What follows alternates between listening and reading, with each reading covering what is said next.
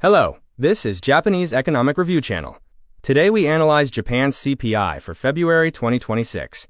The headline inflation has cooled to 1.3% year over year, setting the index at 112.2. However, this surface-level cooling masks a divergent economic reality beneath. Let's uncover the true state of Japan's inflation.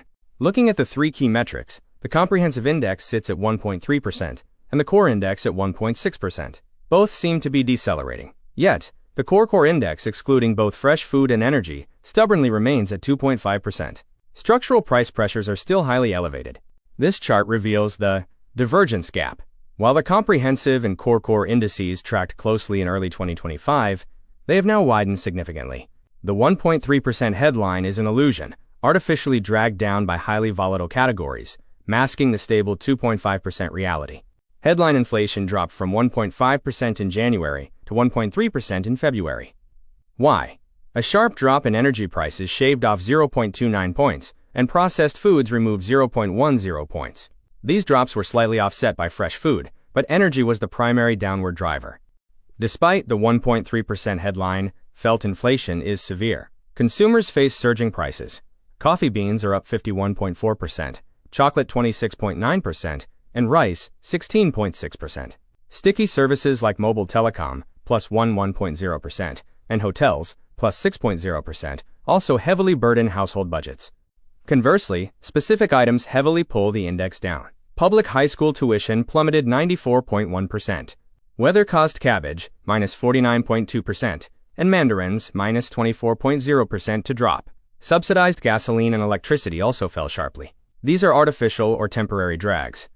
Energy represents 712 out of 10,000 in the CPI basket. It dropped 5.2% YoY, shaving 0.42 points off the comprehensive index. Crucially, government subsidies for gasoline and electricity account for roughly 0.32 points of this artificial suppression. Food shows a massive bifurcation. Fresh food dropped 4.5% due to temporary weather-driven gluts. In stark contrast, processed food and staples jumped 5.7%, contributing 1.39 points to the index, driven by permanent global commodity costs and domestic shortages.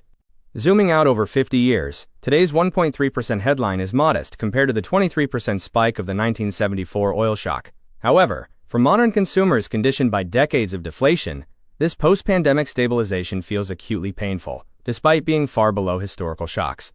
In conclusion, the Bank of Japan faces a dual reality.